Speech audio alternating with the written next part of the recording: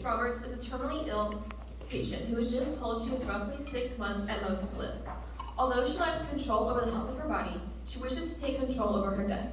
She knows that death awaits her soon, but she wants to determine how and when she will die. By taking death into her own hands, Ms. Roberts feels like she'll be able to gain authority back over her body and be able to demonstrate her right to die with dignity. Having decided to die through medically assisted suicide, Ms. Roberts must now determine when her death date will be.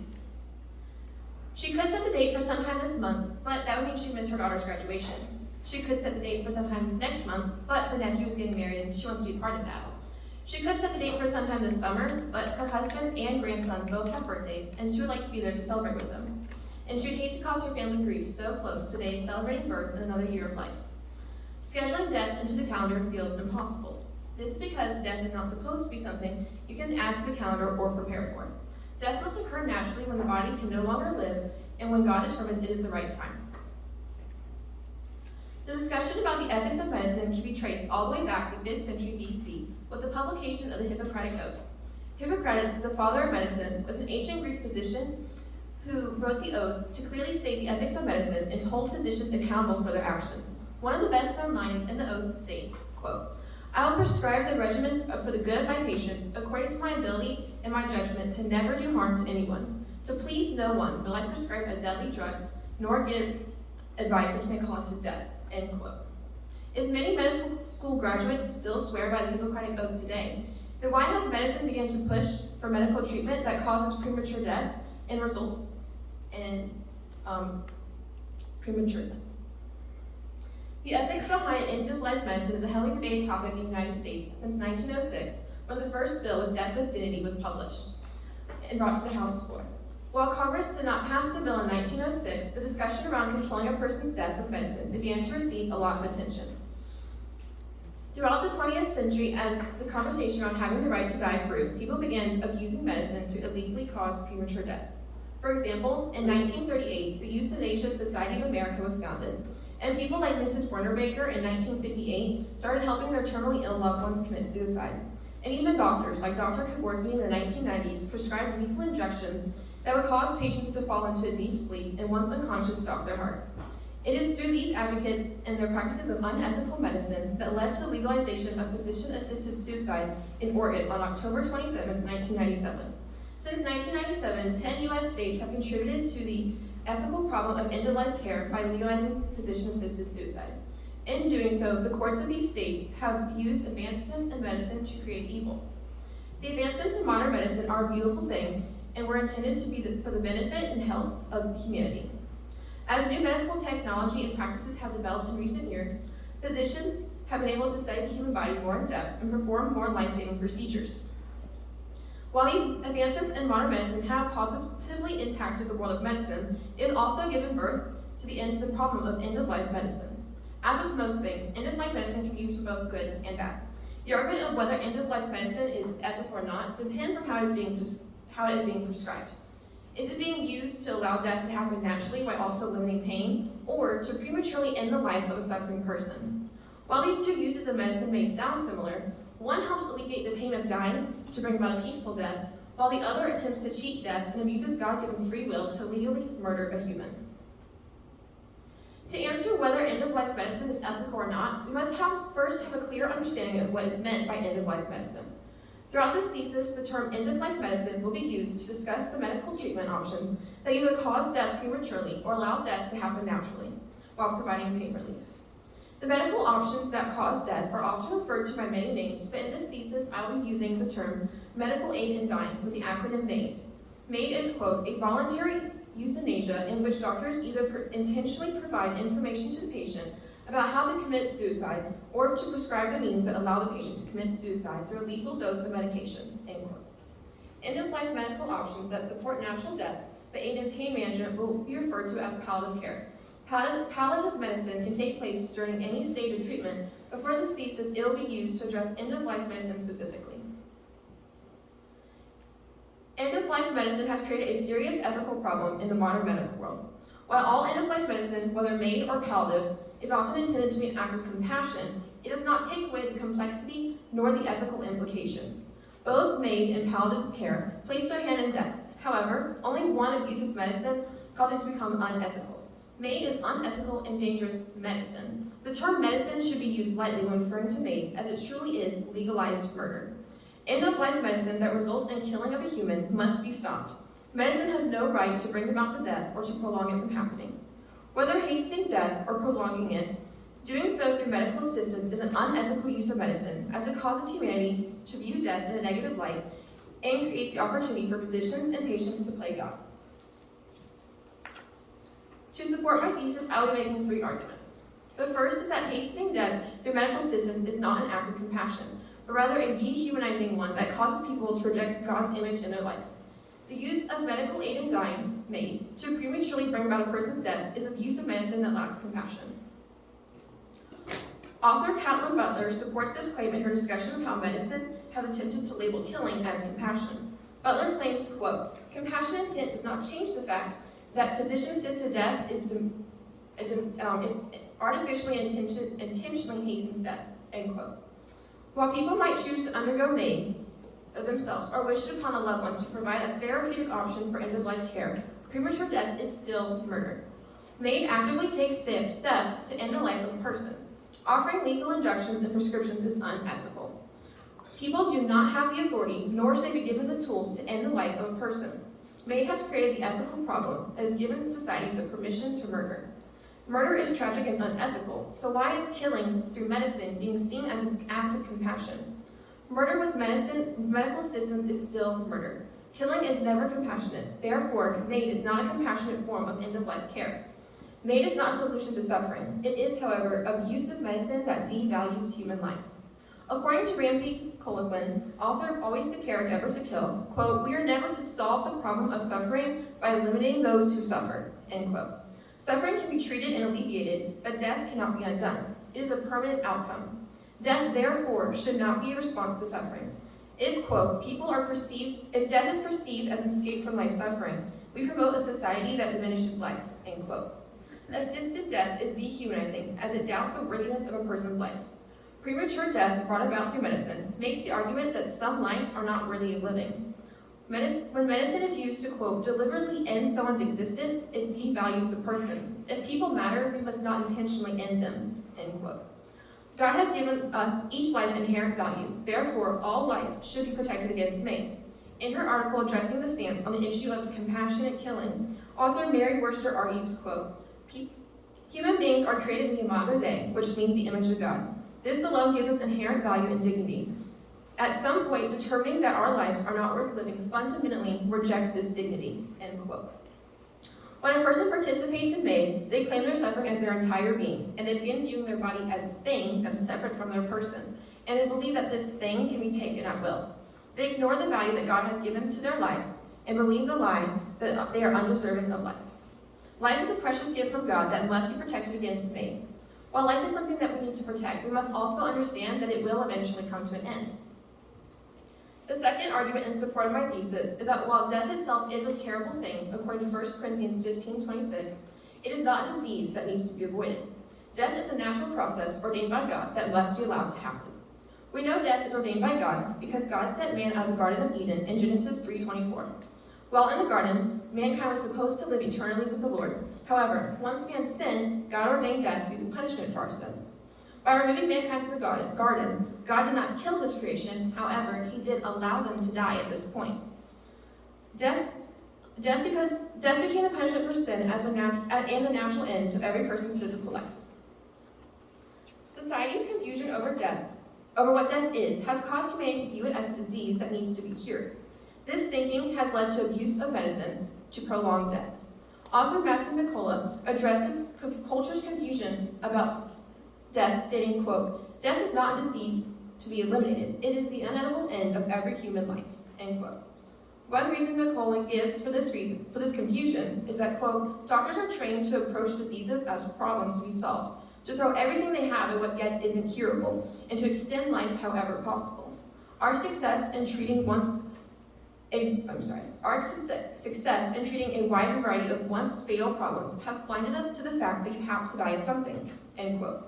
Death is the natural end of every person's life and is not to be avoided at all costs. In an interview with Mayo Clinic's emergency physician, Dr. Beth Tua, she explained the end of life as a time of transitioning. Dr. Tua states, quote, "Death cannot be avoided. It is just as much a natural part of life as being born, breathing, and growing up. We spend our entire lives transitioning from child to adult, transitioning from adult to middle age, transitioning from middle age to elderly, and the last transition of all is death," end quote. Death simply is a natural transition and not a disease. Physicians and patients need to realize that treating death like a disease that needs to be avoided has created a fear of death. We need to correct our view of death. Death is not something that needs to be feared. Natural death, according to God's timing, is a beautiful thing that leads to complete healing. Christians know that, quote, "Death is an end, but is not the end." Through the cross, God transformed death from an event to be feared to an instrument of grace, end quote. God alone has control over life and death, according to Isaiah 40. His decision to end life is according to his perfect plan and results in ultimate healing. Medical treatment and technology can only prolong our death. There will always be another sickness or problem that needs a cure. However, everyone will have their terminal event and die of something. Living from cure to cure or with life-sustaining treatments, however, is not living. They may extend the quantity of your life, but they will ultimately diminish your quality of life. By allowing the body to die naturally according to God's timing, the suffering person receives ultimate healing in that they can surrender their earthly body to the Lord and live completely in eternity with him. Refusal of medical treatment displays a healthy acceptance of death, as the patient is choosing to allow death to happen naturally. It is important to understand that, quote, "When a person no longer chooses to accept treatment, they are not actively taking their life. They are merely accepting the natural process," end quote. It is a common misconception that refusal of medical treatment is simply another form of suicide. However, when a patient chooses to refuse treatment, they are allowing nature to take over, as opposed to actively taking steps to kill themselves. Unlike MAID, refusal of treatment values both life and death. When choosing to refuse treatment, quote, "The judgment is about the worth of treatments, not about the worth of lives." Our decision for or against a specific treatment is always to be in service of life. We can and should allow the dying to die, but we must never intend the death of the living. We may reject treatment, but we must never reject life, end quote. Refusing treatment values life and that it separates the person from their sickness. The decision to refuse treatment focuses on what benefits the patient and their quality of life, not what will prolong their death. Refusing treatment values death and that it allows the patient to die naturally according to God's timing, and not with the intent to cause death. When a patient chooses to reject medical treatment, they are expressing a healthy relationship with life and death because they understand that their cause of death is not a result of removing medical treatment or their life support equipment, but rather the sickness or injury that they suffered. The final argument in support of my thesis is that the free will God bestowed upon humanity does not give man authority over his life, death, and suffering. People's desire for autonomy has not only created the ethical problem of end-of-life medicine, but has also led to rejection of God and abuse of free will. Author Catherine Butler explains this idea in great detail in her article concerning the ethics behind physician-assisted suicide. Butler writes, quote, "While God endows all of us with free will, our identity in Christ compels us to exercise our autonomy and faith. Our God-given ability to make individual choices does not justify the active taking of life through physician-assisted suicide," end quote. This modern movement of autonomy and its desire to push for self-governing freedom has caused people to believe that they have the ultimate control over their life and death. Humanity has confused free will with autonomy, and as a result, people have begun to believe the lie they have some sort of transcendental authority over their life and death. This divine authority, however, belongs to God and God alone. According to Psalms 104, only he can, quote, "take away their breath and send his breath to create them," end quote. While God is ultimately sovereign over life and death, humanity is still given the ability to make individual decisions through free will. Free will can be good or bad, depending on how it is practiced. When a person chooses to receive faith, they are unethically using their God-given free will, as they are rejecting God's sovereignty over death and giving themselves godlike authority. However, when a person chooses to allow death to happen with the aid of palliative medicine, they are ethically exercising their free will. According to Author Culligan supports this message of palliative medicine when he writes, quote, "We are to relieve suffering when we can, and to bear with those who suffer, helping them to bear their suffering when we cannot. We are never to solve the problem of suffering by eliminating those who suffer," end quote. Palliative medicine creates the opportunity for patients to choose how to deal with their suffering in a healthy and ethical way. By giving a patient the ability to manage the pain of dying, more patients are likely to choose a natural death as opposed to a premature death brought about through pain. By providing continual care and pain management throughout the dying process, palliative medicine offers support to those suffering and allows them to see the value of their life. In an interview with physician Dr. Tua, she explained the role of palliative medicine and the value of human life. Dr. Tua claimed, in general, the emphasis of palliative care is not really focused on death or dying, but really focused on improving the quality of life for the patient. If the patient only has 5 years left to live, let's try to make that as impactful and full of quality as possible. It's really about trying to make the patient as comfortable as possible during their death, end quote. Dr. Tua agrees that death should occur naturally. However, we need to not only view the patient as someone actively dying. According to Dr. Tua, palliative medicine allows the patient to see value in their physical life.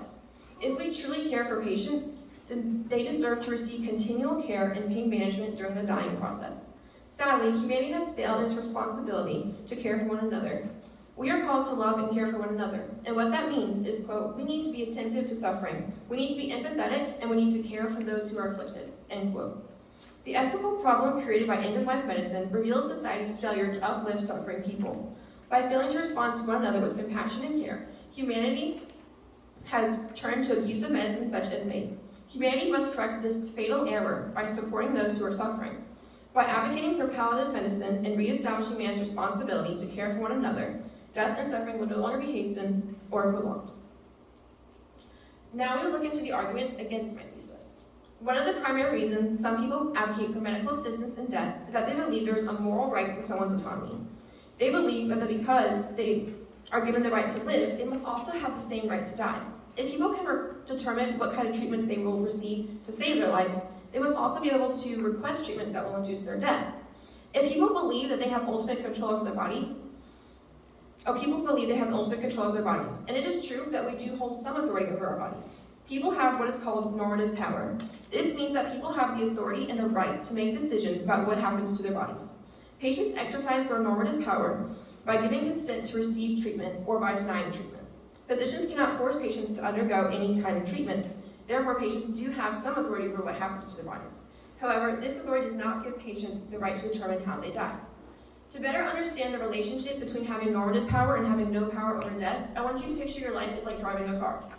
You have control over where you drive and how you drive, but there are still guardrails and lines in the road that keep you in your lane.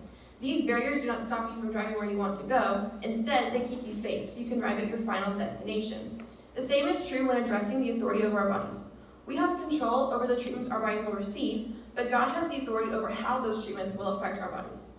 God's power acts as the guardrails in the road that leads, and his power protects us and leads us to our natural end. However, we have no authority to determine how or when this end will come. Colin Quinn, author of Always to Care, Never to Kill, supports this claim, writing, quote, we have not been authorized to cut short the years that God gives us, end quote. Humans are not God. Therefore, we do not possess his authority. The power to determine life and death belongs to God alone. As author Butler claims, quote, God is ultimately sovereign over our life and death and has authority over our days, end quote. The Lord has predetermined each person's days, and humans possess no power to interfere with his perfect timing. When people try to take death into their own hands, they end up rejecting God and devaluing their life. Another common argument found in favor of medical assistance in death is that it offers a therapeutic option by minimizing the pain and suffering caused by death. People see induced death as an act of compassion and respect for the suffering patient. No one wants to suffer in pain until death. Therefore, people often support MAID because they sympathize with the patient's desire to prematurely end their suffering through death. The claim that death ends suffering is true. However, people have a misunderstanding of how death truly ends suffering. They have confused death as the end of their suffering rather than something that leads to ultimate healing.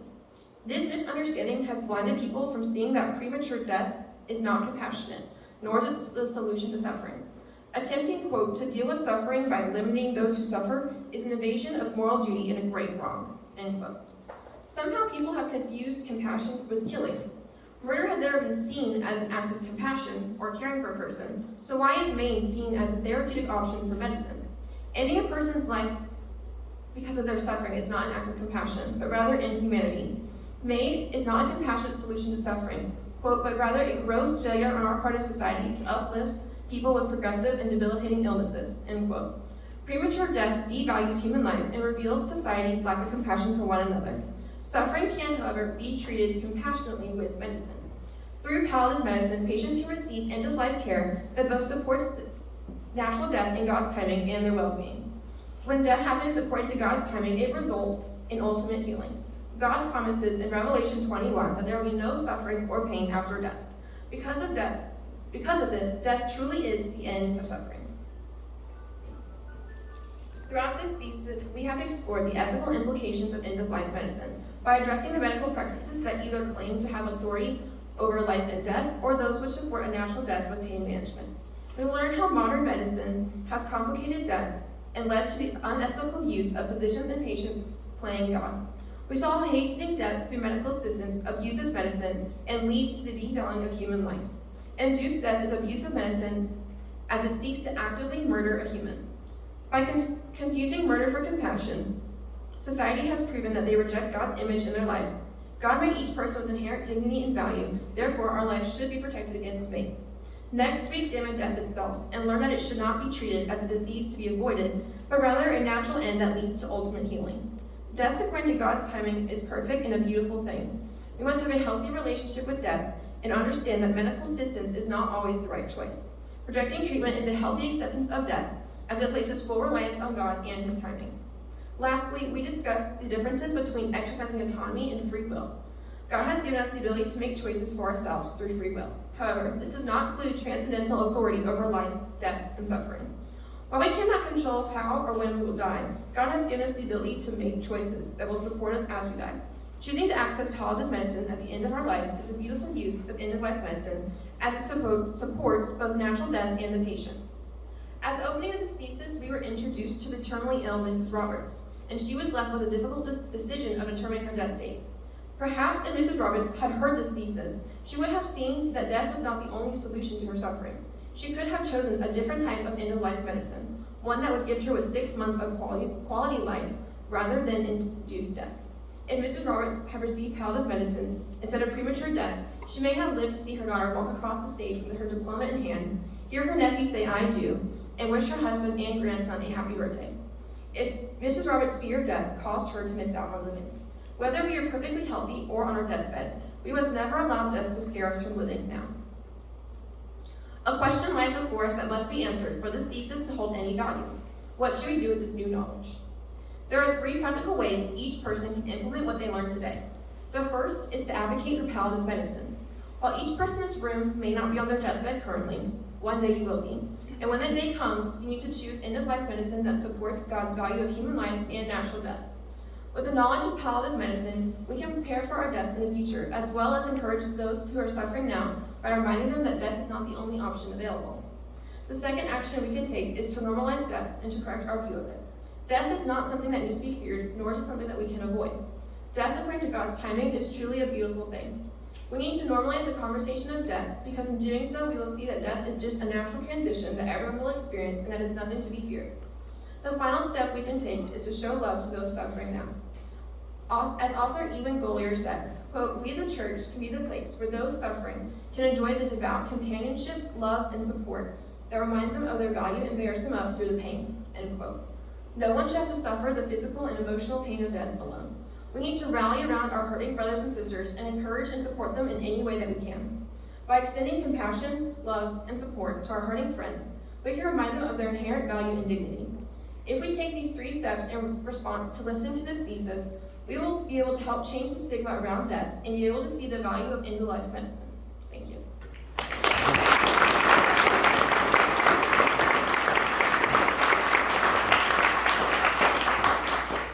Are there any questions?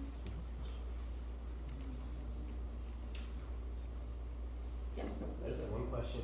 You mentioned how we can't determine the date of our own death with euthanasia for the medical assisted death, but God determines the date of our death no matter what.